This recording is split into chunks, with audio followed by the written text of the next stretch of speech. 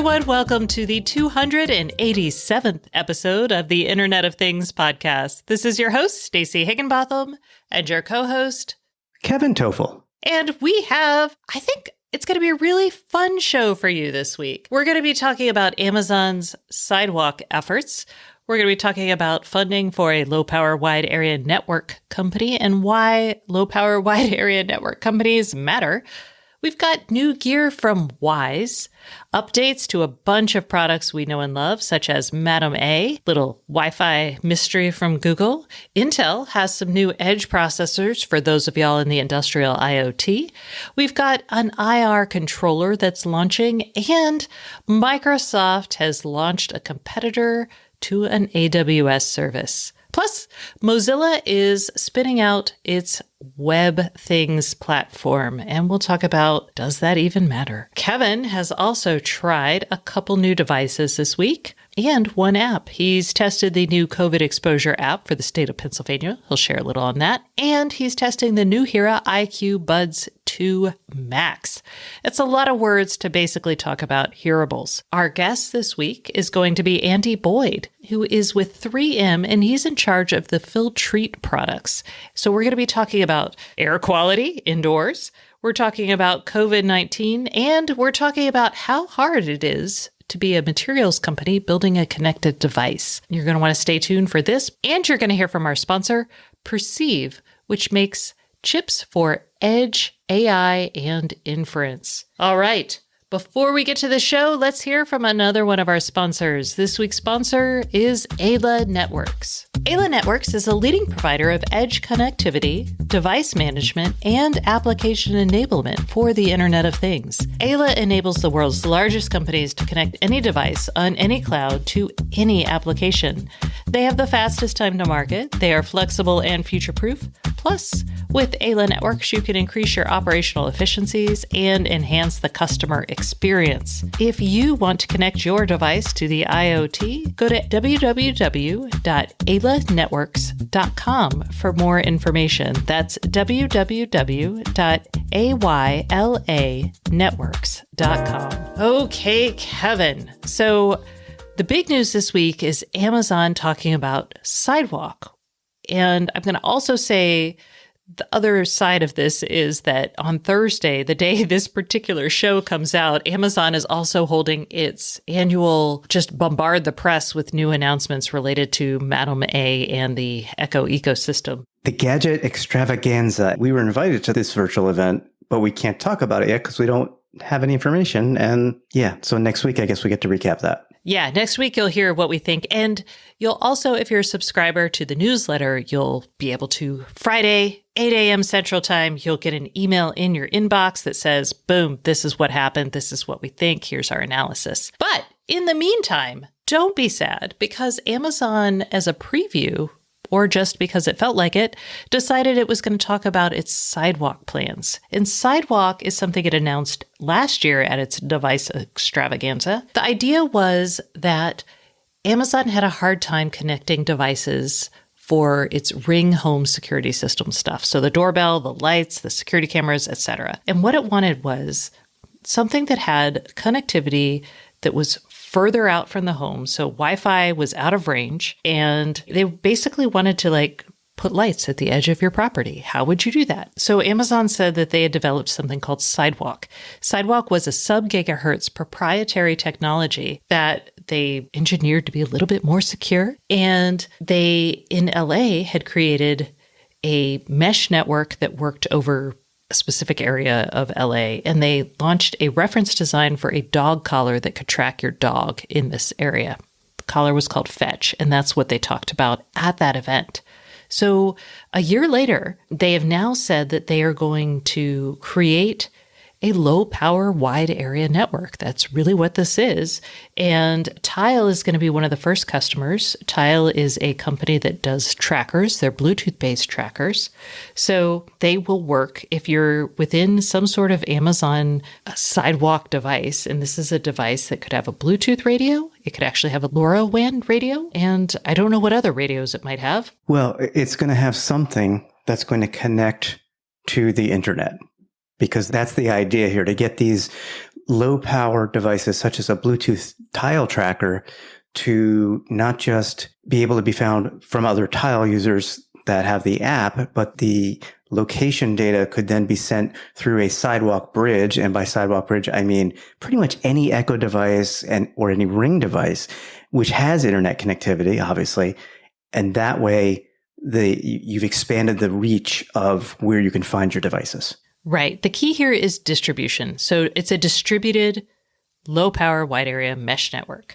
And Amazon has been shipping with its Ring devices. The Ring stuff has already been quote unquote Sidewalk enabled. And Echo devices will now also have this. And so what it's doing is it's going to, Jamie Siminoff, the CEO of Ring, actually described it at a Silicon Labs event that I was at. He described it as borrowing a little bit of bandwidth. He used the analogy of going to your neighbor and borrowing a cup of sugar.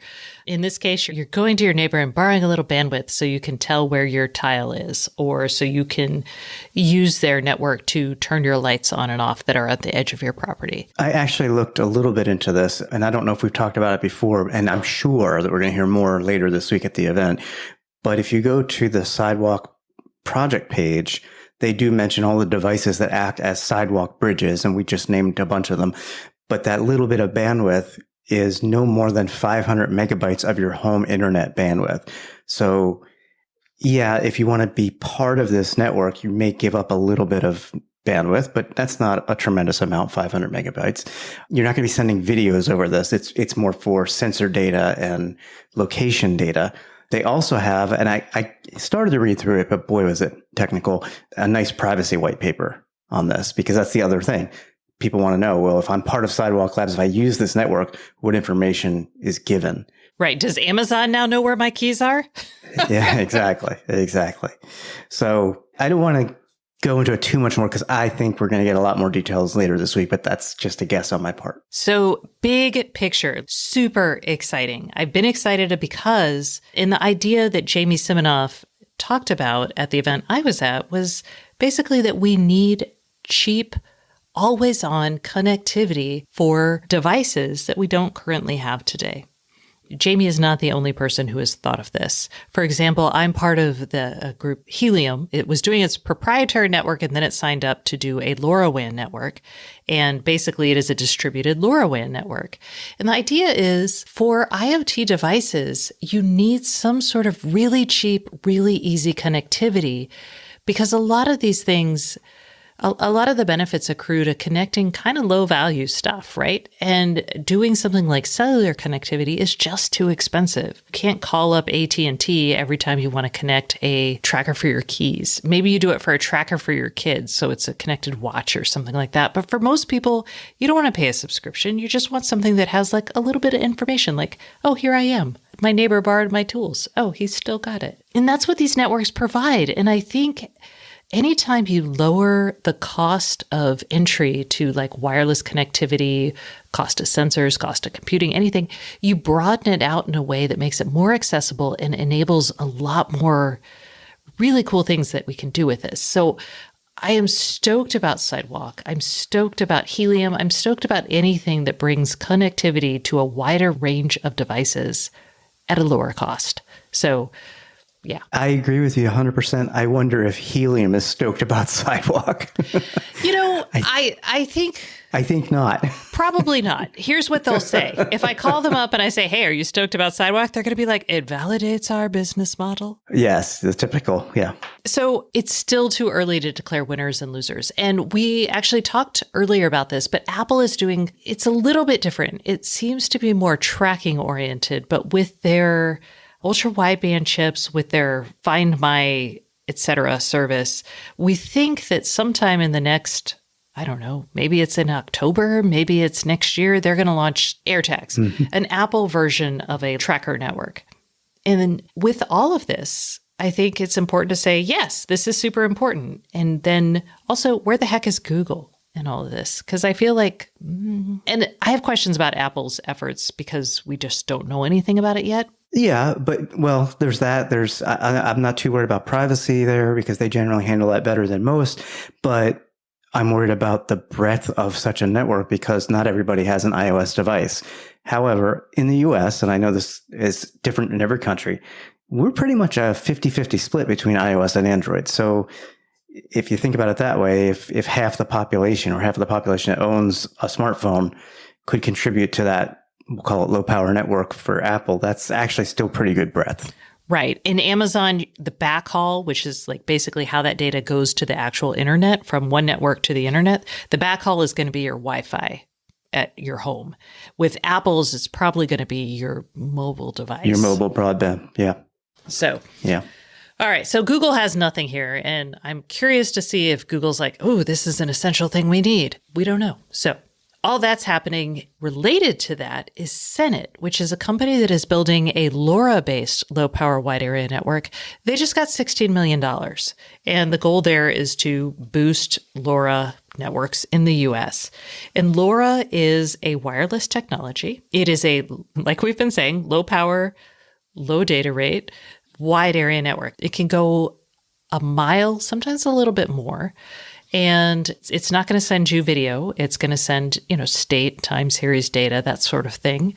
And I've got my own little LoRaWAN network now that Helium has adopted it, which they did earlier this year.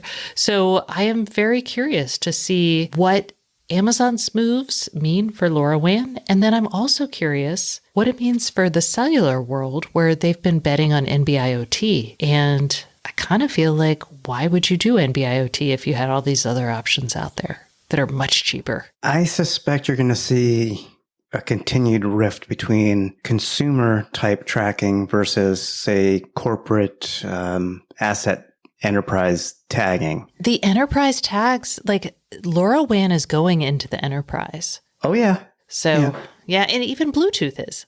Crazy. Yeah, it may also depend on the type of information and the type of device that's got the smarts and the connectivity built in. Yeah, I see like cellular, like LTE-M, but like NB-IoT is designed to be super cheap, super low data rates. And I don't see that. I don't know.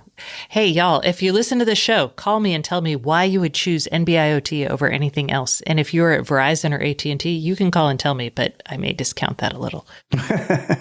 Okay. Enough about networks. Let's talk about, everybody's favorite. Gadgets. Gadgets. Wyze. Kevin, you want to talk to us about this? Yes. Wyze has announced 3 new products. It kind of held back some information on some of the products, but we got some good information. So today, the day we were recording the show, Wyze announced a video doorbell, a pair of over-the-ear noise-canceling headphones, and a smart thermostat. Obviously, Wyze, if you're familiar with the show or the product, Wyze as a low-cost device maker that provides a ton of smart functionality for cheap compared to other products.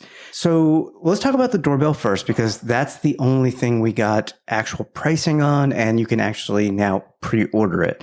So it is a video doorbell. It is $29.99. It is wired. It's not a battery-powered video doorbell. If you look at it, you'll say, yep, Wyze made that, because it's kind of got the same look as its indoor and outdoor cameras.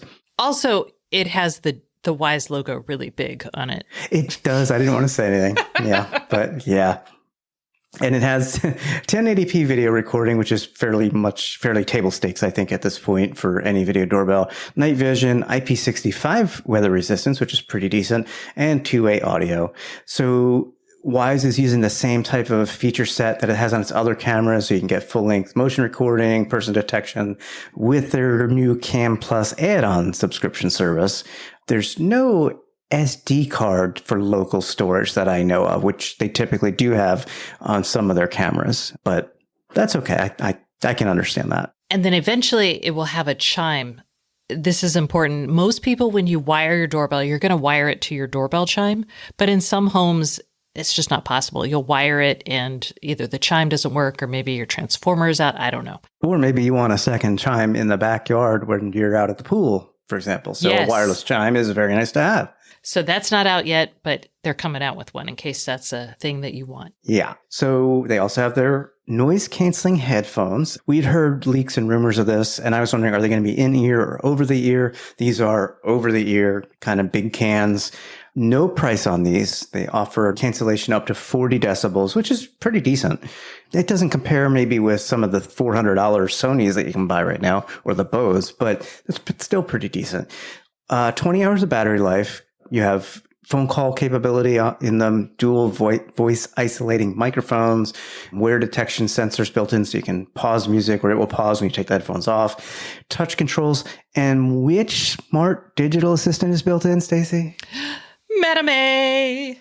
And you sound happy about that, but I'm not so happy about that. As a Google lover, I get it. So the founders of Wise used to work at Amazon, and they're also in Seattle. They're taking a page from Amazon and the idea that they are doing really low margin devices, and they're just going to do a lot of them. So that's their whole MO. And that's why you see them integrate with Amazon all the time. Okay. Yeah. And they're good at that business model, quite honestly. So lastly, we've got a thermostat. Again, table stakes. It's going to have all the same kind of things that you can get on most smart thermostats, such as scheduling and remotely controlling temps, home and away. So, when you're away, maybe it won't heat the house or cool the house, depending on the weather. Voice control. This actually is interesting. Voice control with either Madam A or the Google Assistant, which I find strange. No, they've had other Google Assistant integrations. Like my lights and cameras work with Google, so it's not crazy. Yeah. Well, why not the headphones then? Why not the headphones? Give it time. Give it time, my friend. All right. So no pricing on this. Got to wait till the product is available for pre-order.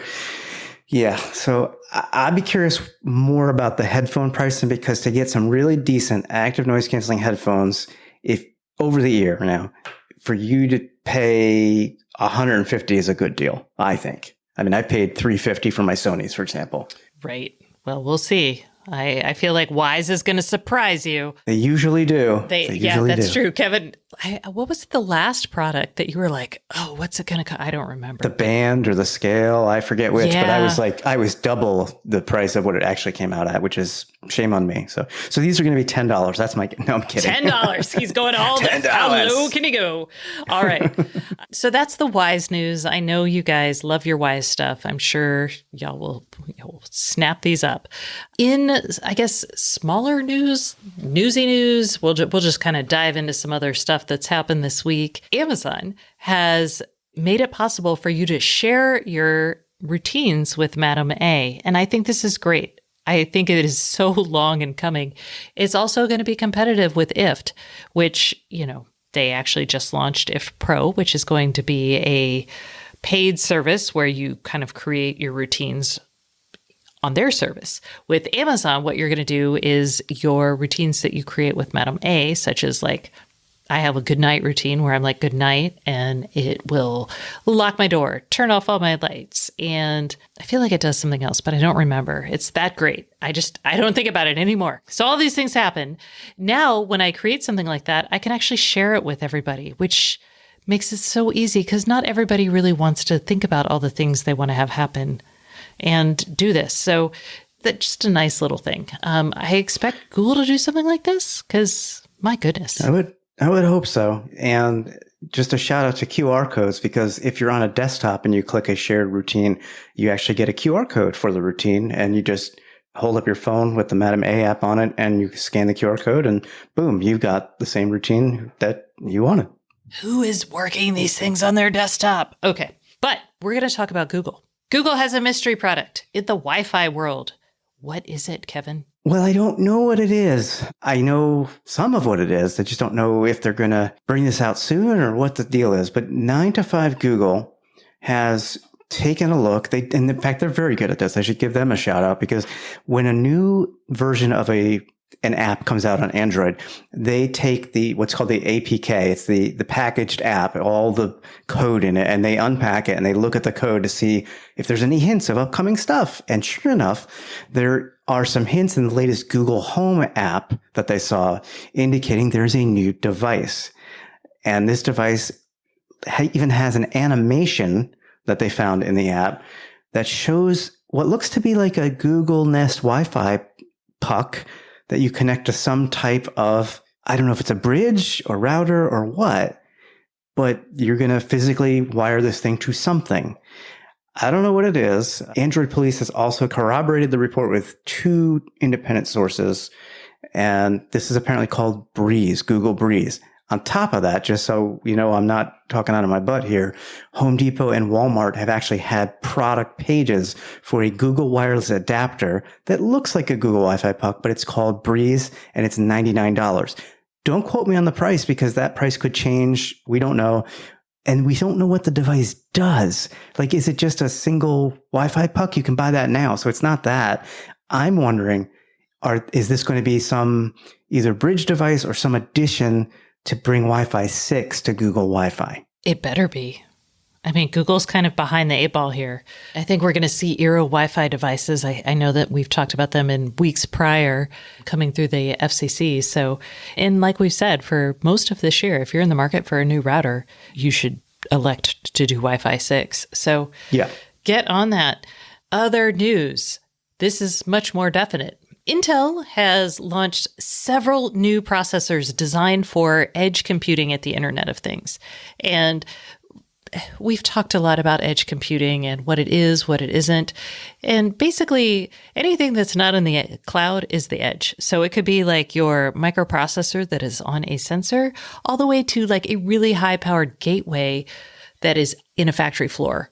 The other thing that people are doing is they're now creating this kind of concept of not on-premise, which means your servers are on your premise, but not in the cloud, which is like way the heck far away, but near premise, which means your servers are in like a data center or a co-location facility that's part of a cell tower, for example.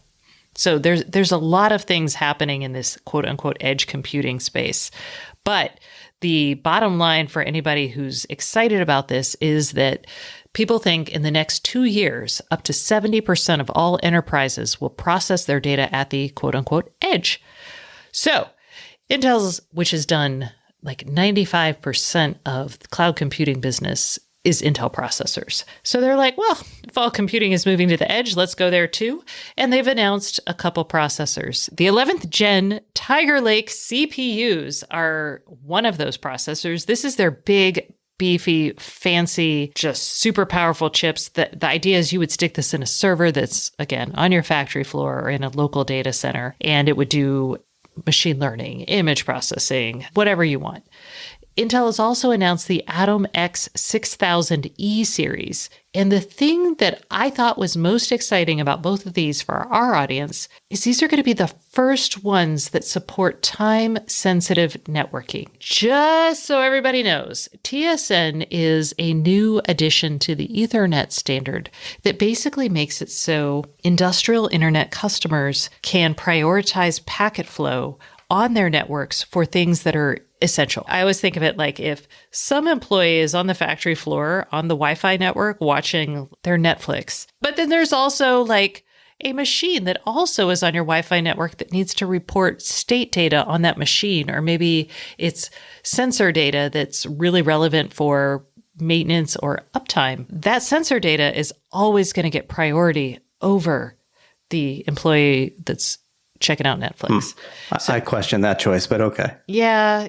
You know, life safety in an industrial environment, very important. These are machines where if you're buffering, your machine might go haywire and break something that's like millions of dollars, or maybe somebody will fall into the machine and their arm will get cut off. I don't know. The point is, time-sensitive networking is going to be integrated into the 11th generation chips and the Atom X 6000E series. And this is the first time that Intel's done this, but it does indicate that Intel understands some of the needs of these clients and is willing to meet them. So, yay, new chips. Okay, everybody who is like, ugh, chips. We'll go back to smart devices. We have a new device coming. This is from a Japanese company called Nature, and they are making the Remo IR controller. This is the third generation Remo IR controller. This is a device that you buy to control, yes, IR devices. So these are the remote controls that a lot of people have in their house that control their fans, their air conditioner, even your TVs and sound systems can use IR. So what this is, it's $129. This particular version adds automation, and it also adds a temperature sensor, humidity sensor, a light sensor, and a motion sensor to the hub. So you plug this hub in, you sync all of your IR devices to it, and then what happens is when the sensor says, oh my gosh, it's like 80 degrees in here, we should turn on the air. all of that can be automated in this one space. So it's a nice way to retrofit intelligence into your home if you have these devices. For people who have older appliances with IR sensors, I mean, this is the type of device that you want to add unless you want to switch out your appliance with something, smart. It also reminds me of the Bond controller, which is a very similar device. It adds a key feature, in my opinion, and that's the RF as well as IR, because IR is line of sight.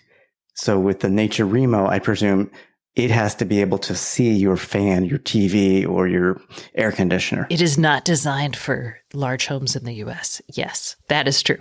Yes, and the Bond has the same thing. I will say the Bond promises RF. I'm still waiting for the Bond to be able to use RF, like the same proprietary RF frequencies like my Somfy blinds use, but that has not happened yet. We'll see. The Nature Remo product is $129. The Bond is $99. So just keep that in mind. The Remo does have more sensors in the product and more automation. And both of them work with Google and Amazon. And the Remo IR controller also works with HomeKit.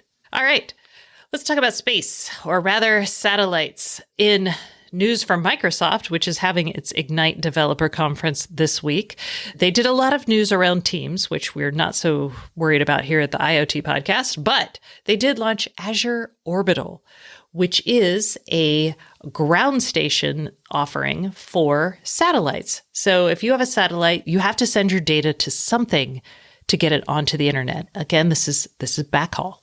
We should just be talking about backhaul all the time. We should. So if you're a satellite provider, you send your data down to a ground station, and then it goes on the internet, and then it goes wherever you want it to go. Amazon has a similar service. It's called AWS Ground Station, but Microsoft is like, you know what, Amazon, we're not giving this to you. We are launching Azure Orbital. And they are doing the same thing. They're building a ground station as a service, so they'll have that area. If you're a satellite company, you can contract with them and they will get your signal to the internet, and they will even pull it into Azure for your customers so that data can go into the various Azure services. All right, let's talk about this is kind of sad news. Mozilla spinning out Web Things. Kevin, what is Web Things? Yeah, so Mozilla is spinning out Web Things. It's their open source Internet of Things platform, and it's now going to be an independent project. This has kind of, I don't want to say floundered, but I can't think of a better word, because back in 2018, they launched Project Things, and I remember using it on my Raspberry Pi. It was a way to create a gateway or a hub to control devices over the web. And that really didn't go anywhere. It got rebranded as Mozilla Web Things, and now it's being spun out. I just don't see a place for it in the market right now. I don't know what's going to happen to the project, but they've been cutting a lot of projects. So this may be the end of Web Things, to be honest. Yeah. And it's something that might actually, the functionality might get sucked into like Project Chip, connected home over IP. So we'll see. If you're still using Mozilla Web Things, yeah, check out like Homebridge or what is it? Home Assistant, OpenHab, maybe not OpenHab. I mean, I like OpenHab, but it's hard to use. Okay, let's talk about things that you've played with, Kevin. You have the new COVID exposure app. Yay! Yay! I really have, there's not much to play with here, but I have installed the COVID Alert PA app, which is for COVID exposure. This is one of the apps built by a state that uses the Apple Google exposure framework for detecting if you've been in contact with anybody who has COVID, and it's done all through Bluetooth. It doesn't provide your personal information or your location to your state or health officials. It just says, hey, you are carrying a Bluetooth device nearby somebody else who's carrying a Bluetooth device and they have COVID. So it's going to let you know. So it's really well done, and every state's app is different. It's grown quickly. Just in the past few hours, it went from 10,000 check-ins to 15,000 in the past 4 hours, and 30,000 app users in Pennsylvania. It was 22,000 just 3 hours ago. So yeah, I turned it on. My wife turned it on, and we'll see if we get any hits. I hope not, obviously, but we'll see. And just for reference, there are about almost 13 million people in Pennsylvania. So small, but growing rapidly. All right, you also have another device that we should care about. And this one is, we've actually talked about the precursor to this, or the earlier version of this, but you now have new, I'm not going to call them hearing aids, they're hearables. Yes, because as I get older, I am losing my hearing at some of the upper sound frequencies. And I know that because I used an app to test my hearing. And that app is from Nuheara. And the product I have is the Nuheara IQ Buds 2 Max. I would call them a hearable or a PSAP, which is a personal sound amplification product. It's not an official hearing aid here in the United States.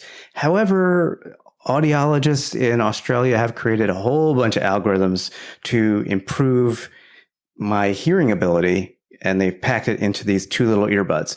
I will say up front, yes, I had the prior version. They did what they said they should do, but they also were kind of goofy in that there would be a lot of loud squeals, feedback when you put them in the charger and whatnot. I'm not having that issue anymore, which is very good. They're also not cheap unless you compare them to a hearing aid. These are $399. The cheapest hearing aid I could find, like at Costco, is $1,500 for a pair. And you have to replace batteries in a hearing aid, so on and so forth.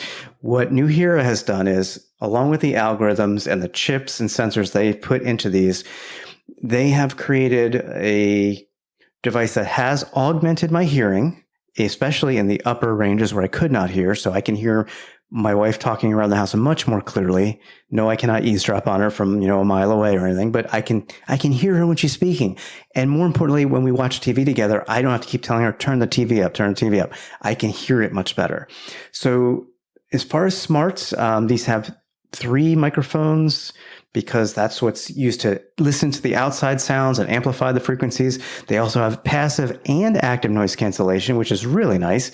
They are Bluetooth as well, so you can use them as regular Bluetooth earbuds. And they do look like sort of large, but like Jabra earbuds, you said before the show, Stacey. Yeah, they do. They look like my 65T or 75T Jabras. Yeah, so you can use them for music streaming as well. You can use them for phone calls. So if you don't have a hearing problem, obviously that these are not for you, but I did appreciate the fact that there's a hearing test and it shows me visually what ranges I'm having issues in and whatnot. It literally programs the algorithm to boost the issues or the ranges where I can't hear.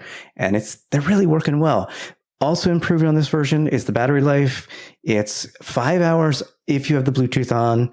It's 8 hours if you don't have Bluetooth on. And I don't need Bluetooth to have the hearing augmentation, which is really nice. So 8 hours, and they come in a rechargeable case that you can use 3 times for a recharge. It's 90 minutes for a full recharge. So you can easily go 2 days with the case just to have better hearing, quite honestly. So finally, double tap on them and it will open up either Google Assistant or Siri on your phone, which is really nice. You just tap and talk and you get your responses. So very cool. Nice. Okay. No Madame A there. All right. I know how you feel about Amazon and the smartphone. Okay. Moving on. It is now time for one of my favorite segments of the week, the IoT Podcast Hotline, which is brought to you by Schlage. The best home automation adds convenience, not hassle. With its built-in Wi-Fi, the Schlage Encode Smart Wi-Fi Deadbolt shows you just how easy secure can be. You can learn more at Schlage.com. All right. And since this is sponsored by Schlage, this is the last month that you will be able to win a Schlage lock if you call us at 512-623-7424 and leave us a question, or you can just call and say, I want to be entered to win. Once again, that's 512-623-7424. And this week, Kevin and I are hanging our heads in shame. Shame! Me more than you. No, we're both sad. Okay. Yeah. 2 weeks ago, we answered a question about geographically remote Madam A deployments. And this was Frank, who wanted to know how to use Echo devices in different locations. And we told him that was really not possible. And then several of y'all said, actually, it is possible. And y'all explained that y'all were doing it. And so we checked. I physically went and found a friend who would let me visit him in quarantine. And I installed an Echo in his house on a separate guest Wi-Fi network. I changed. But on your account, on your Amazon account. Yes. I used my Amazon account. I used his Wi-Fi and I used his address.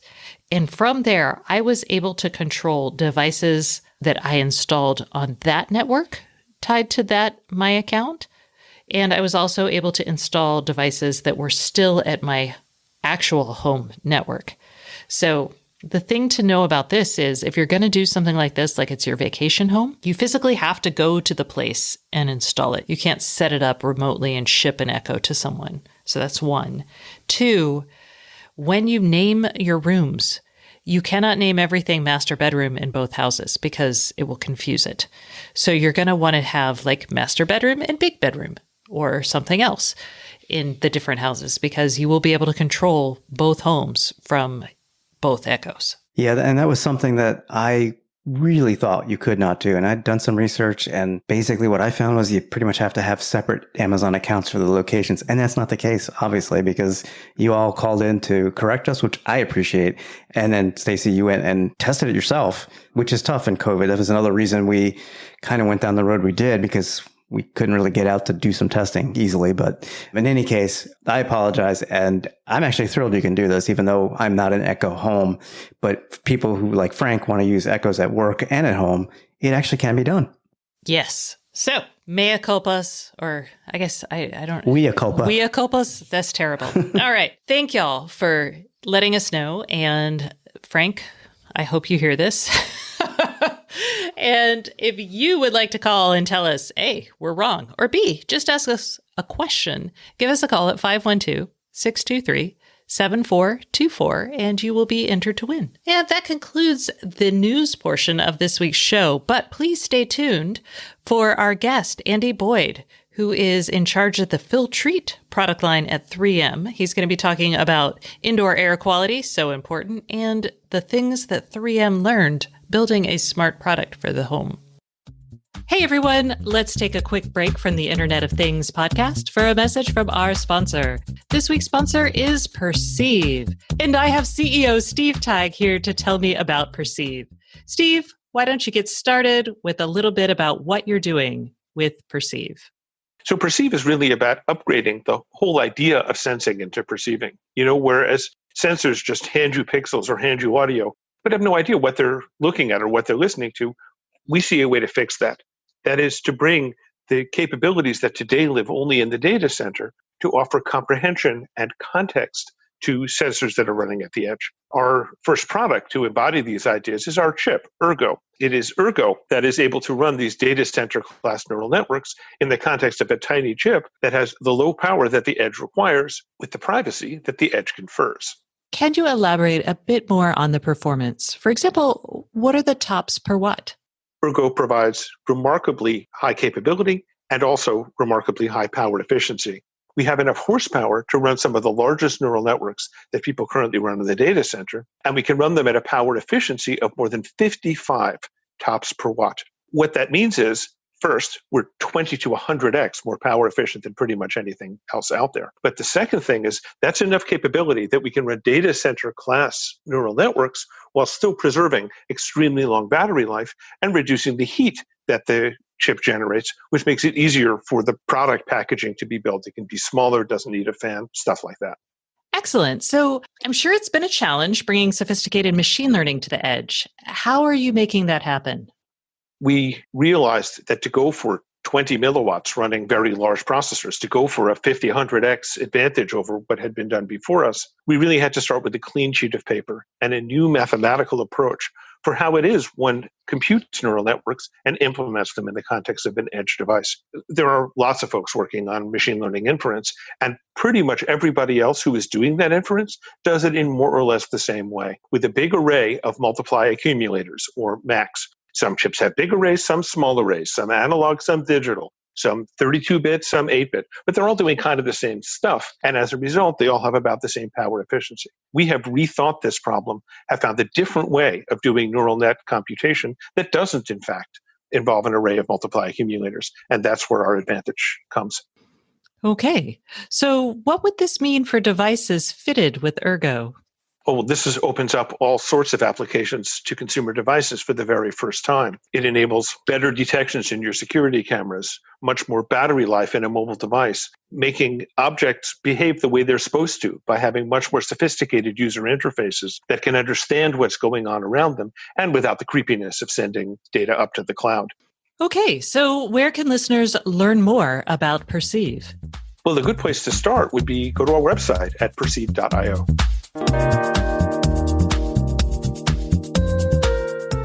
Hey everyone, welcome back to the Internet of Things podcast. This is your host, Stacey Higginbotham, and today's guest is Andy Boyd, who is a platform manager at 3M in charge of the indoor air quality business, which includes things like the Filtrate brand of filters. Hello, Andy. How are you doing today?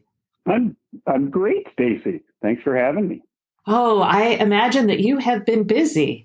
So when Andy and I met at CES, we talked about having him come on the show, and then COVID happened, and we're finally getting here, and now there are wildfires. So the original plan was actually to talk about how to build a connected product, which 3M is doing around their Filtrate filters. But before we get into all of that, I feel like we should address some of they're not even elephants in the room. They're elephants all around us in the air. So let's talk about indoor air quality broadly, because for anybody who's been worried about COVID, one of the things that's important is ventilation. And so there's a lot of conversations happening about bringing outdoor air inside to help disperse the aerosolized particles.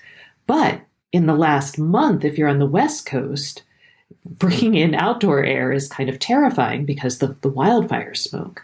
So we're not going to solve this problem today, but we're going to answer some basic questions about this. But first, let's baseline talk about indoor air quality, what matters when you're trying to measure this, and kind of how homeowners and people who are managing buildings should think about it. Those are good questions, and questions that, quite frankly, we think about every single day as it relates to how we can, let's not just think in terms of satisfying the need of certainly purification, but also peace of mind, right? Bringing knowledge to consumers, homeowners, building property managers through IoT. And that's kind of how we're thinking about our vision, which is to take Filtrate from a filter brand, which, by the way, is built on now 29 years of science-backed technology, non-woven, electrostatically charged, non-woven fibers. That's what makes up our air filtration, both HVAC filters and then our true HEPA filters. That's what makes up that ability to solve for.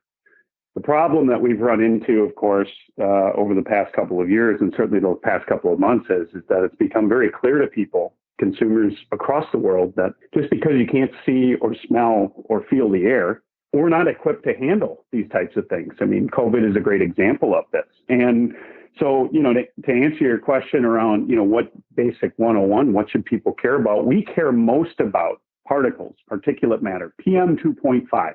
And the reason why is because there is a lot of research and data that exists on the potential health implications of breathing in particulate matter. And so this wildfire smoke would be a form of particulate, and certainly something that, Filtrate filters have stood to try to take from your air. So when the air is coming in from either outdoors or, one of the things that folks don't think about quite often is the things you do in your home every day that create particulate matter. Cooking is a huge culprit. And so, what we've tried to do is not just, innovate around the solution.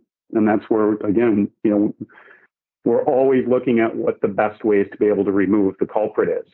So for particulate, we have filters that are both that live in your HVAC, but it's also living in new devices such as air purifiers, where now I can be more targeted about where I put my purification products, and then advancing that to include air quality monitoring, so you can get an idea of level of VOCs, and you can get an idea of particulate matter, and then integrating, right, is another way that we think about. Well, in your case, Stacey, or in the case of folks on the West Coast, in the situation that you do have wildfires, or you do live, next to an interstate, or you live in an urban area, being able to know that there is a potential danger that's present is information that we want to be able to give to people, and is helping that, let's say, vision of, okay, we've got the filtration. How do we build on top of that to bring management into both the homeowner and the consumer, as well as a commercial property manager?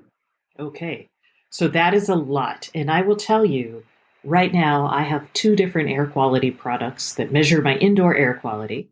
I have my dumb filter. I'm sorry, it is a dumb filter. And I have an outdoor air quality sensor. So when I'm looking at all of this information, I'm going between probably 4 or 5 different apps. And at the end of the day, I'm also moving my air purifier around from room to room. It's a disjointed, it's not very user-friendly. And I feel like a lot of times what I feel is a little bit of panic. I'm like right now, I'm like, oh no, my indoor air quality, my VOCs are high, my humidity is high, my carbon dioxide is high.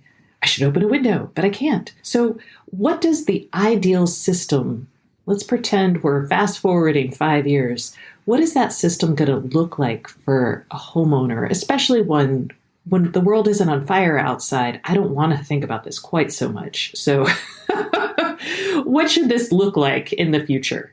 Yes. Well, if I put myself in the homeowner's shoes, I think one of the key things that we've learned about the smart home, and I say we, I think the community is as a whole, and I think this speaks to the platform, the dominant platforms in the home, Apple, Google, and Amazon, coming together and literally working together to make this experience of a seamless, automated, let's say, experience within your home in which your devices will act on your behalf because you've taught them what your preferences are. And so the next 5 years is a lot of integrating. You mentioned 4 or 5 different apps. It's not an ideal experience. We need to integrate our technology and our, let's call it intelligence, into those platforms to optimize, that experience at home where you have 30 or 40 different connected devices. And by the way, you have them because they can act on your behalf for your benefit. So the vision for us is no matter what it's called major platform, or by the way, if you want to use Filtrate Smart as your home base, right? We are as interested in integrating out into the smart home ecosystem as we are as integrating into the Filtrate Smart ecosystem. And so we want to be able to provide an experience that is like Filtrate Smart through a platform provider, Apple, Samsung, Google, whatever one you choose as a homeowner, or a smattering of all of the above that operates, say, through a hub within the center of your home, but also be able to access real-time outdoor air quality information, real-time indoor air quality information from your Filtrate devices. And that includes, by the way, your filters. And that's one of the big things. You mentioned having a dumb filter. Well, that's the way it's been for 30 years. You don't have any idea. You change based on time, but again, we have a lot of data that demonstrates that, the filter life, for example, somebody in California right now, your filter life, having that outdoor intake the filter is doing its job, but its life is not, intended or expected to have this level of, let's call it concentration or saturation coming from that wildfire smoke. You don't have any visibility to that as a homeowner. And that's one of the big reasons why Filtrate Smart exists. Let's go to Filtrate because this is your baby. You helped build this, and it came out in the market probably 2018. And what this is it is a connected air filter. It has a tiny little, is it a Bluetooth radio on it? Yes. Okay, so it's got the Bluetooth radio, and right now it just says, hey, I need to be changed. Yes, in a nutshell, it'll tell you when it needs to be changed. And then depending on who you choose to buy from, we do have the ability to repurchase and purchase within the app as well. Okay. So talk to me about why 3M decided to build a connected filter. And you probably covered most of that in what you just talked about. And then some of the lessons that you learned along the way. So to be clear, I'm standing on the shoulders of giants. Filtrate as a brand has been around since 1991 when 3M and the Filtrate brand was started and invented electrostatic air filtration. And so, everything that we do when you said platform manager, my role is specific to managing the connectivity of Filtrate.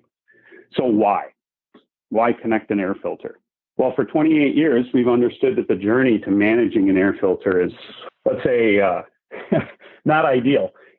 An HVAC air filter, a typical homeowner will interact with once every 90 days. It lives behind a wall. It's a routine that is not easy to keep on top of because it's so low touch and low frequency. You never can remember your size. And quite frankly, I don't really know what's the best filter for my home and for my system.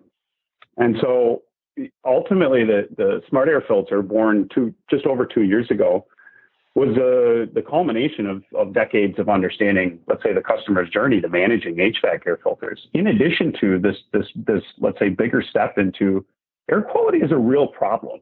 It may not be or have been a problem in North America, but we serve markets around the world, in Asia, and is primarily the one that comes to mind just because air quality and pollution has been visible, right? It's been something that's been visible in part of everyday life. And so, in that market, there's a significant market of the standalone air purifiers. Here in North America, we have forced HVAC air filtration. But again, to your point about the wildfires, doesn't mean that I shouldn't have more targeted air purification room by room, especially if I have sensitivities. And that's, I'll say, the other thing that we've tried to really focus on is allowing consumers to download the app and be able to input information about, again, their sensitivities that could impact ultimately their, let's say, sensitivity to air quality or air quality called pollutants. And so the more that we can build solutions around being able to either inform through notification or be proactive about it, which is what we're driving towards on the connectivity part, connecting and bringing consumers and eventually, property managers visibility into what the filter life is, and then allowing an automatic transaction. So now you've got something that's basing filter life on not just my home, but my system. And knowing the optimal time to change that filter is not only great, obviously, from an air quality perspective, also great for the system maintenance itself. Okay, so when you were building out your connected Filtrate filter, I know that I talked to some of the people involved in. There were a lot of learnings for 3M because one of the first ones I think was, holy cow, once you sell someone a connected product, you now have this ongoing relationship with them. So how does that change how you do business, how you think about your customers? So I'm curious, what did you learn from that and how did y'all adapt? I think one of the biggest learnings, and we just actually surveyed a bunch of our, let's say, former and existing users, on what we're doing well and where we need improvements. I think it's very clear right now, as it relates to managing, let's say, the smart air filter, is the connection to the actual filter. So as you mentioned, we have a Bluetooth radio that connects to your phone. Does not live on your home's, let's say, Wi-Fi. So many consumers just think, well, if it's a smart product, it just connects to Wi-Fi and that's how it operates. Well, ours requires your phone. And so if you don't have Bluetooth on in the home, or you're not, say, within the geofence that we have set up, which is intended to try to ping your phone and enable us to get the data from the sensor, which is coming from your home in the system. And that's ultimately what helps us calculate your filter life. If we can't get that data, we have to turn a backup answer on, because we can't have, if we can't get your data, we can't have the sensor just assume that it knows what the filter life is. We have to have a backup to protect the system. And so what that translates to, Stacy, is typically users may notice a variation in their filter life. And it does cause consumers to ask, is this thing real? Is this really calculating? Is this really based on my filter life? Yes. Yeah, it's based on the filter, but in the absence of the data and the connectivity to your phone, we have to have a backup in place there. And so there can be some variation in the user experience. And then ultimately, from a product development standpoint, Stacey, it's okay. So how can we create a better product experience potentially in our Gen 2 product that doesn't require a user to turn on Bluetooth and doesn't require, say, the user to. Let us talk about the next step, because y'all have built a connected Filtrate filter, and at CES in 2019, y'all showed off the connected air purifier. And right now, I have my own air purifier that I actually plug into a device that has a sensor in it, and the sensor actually says, oh my gosh, its chemicals are too high, turn on the air filter. What is your vision for that product? Do I have to use these two together, or do you think, again, that we'll see integrations, so maybe I can still use my other stuff without buying all new air purifiers, which are expensive? Yes. From our standpoint, we're building from the inside out.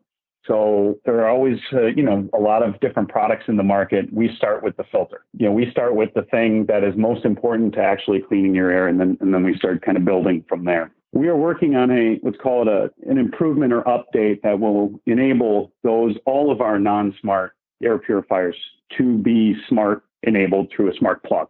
So if you have a smart plug that you bought and you operate your products today, you in 2021 will be able to use any of those potentially new air purifiers that are not connected with a smart plug. And so, as the world continues to be more connected, we want to certainly be out in front of that. As it relates to paying a little bit more to get these smart autonomous features, yes, we did. We announced what will be our Gen 1 smart air purifier, a variety of filters that are available for it, from odor reduction to true HEPA.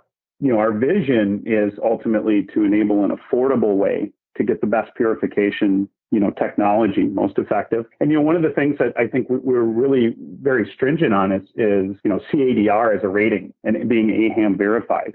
And so, we go through a lot of rigorous testing as it relates to, okay, so how effective is the filter in the room size in which you intend it for? And we also see that consumers want varying sizes of air purifiers at varying price points, certainly.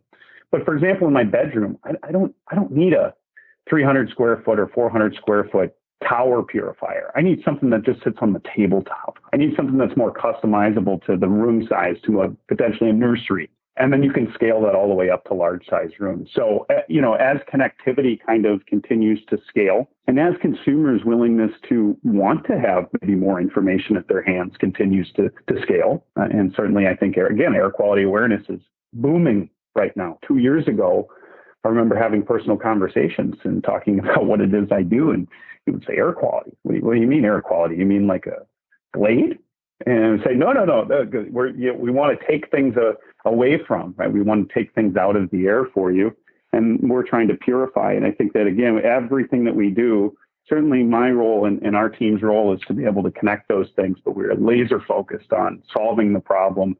And I think as it relates to what you mentioned with chemicals and gases, there's quite a bit of research that still needs to be done. And then the variance of what can be defined as a chemical or a gas, and then the ability for the filters to be able to pull that out. So we do have products, when you see odor reduction, is specifically built for removing VOCs and potential chemicals. And then, true HEPA is really a technology that advances on being able to, again, capture, typically the particulate, right? The wildfire smoke, the stuff that's oftentimes to be present, can't be seen, smelt, or felt, and then, of course, hang on to it in the filter. And in a purifier standpoint, up to a 6-month filter life. The HVAC here, usually with a 1-inch here, a 3-month change. But then you'd be able to manage the filters also within the app. And I think that's a big part of the customer experience. If I know I need one and I've told you which retailer I want to buy from, reorder it for me. And that ultimately keeps, that helps keep a cleaner environment within the home. Okay. And for people who are wondering, CADR is the clean air delivery rate. Yeah. I was like, that's basically how much air it can clean and pump through at any given per hour. Is it hourly? Yes. Okay. Yes, I believe so. CADR. Yes. Sorry for my acronym. We use that one quite a bit. I imagine. All right. Well, Andy, you've given me a lot to think about and a lot to look forward to. I've been excited about indoor air quality for a long time, actually. So us too. Yeah, maybe not as long as y'all, but I really appreciate you coming on the show this week. Oh, listen, thanks for having us. We sincerely appreciate it. That's it for this week. Thanks so much for listening. And remember, if you'd like more IoT news, sign up for my newsletter at stacyoniot.com. We'll see you next week.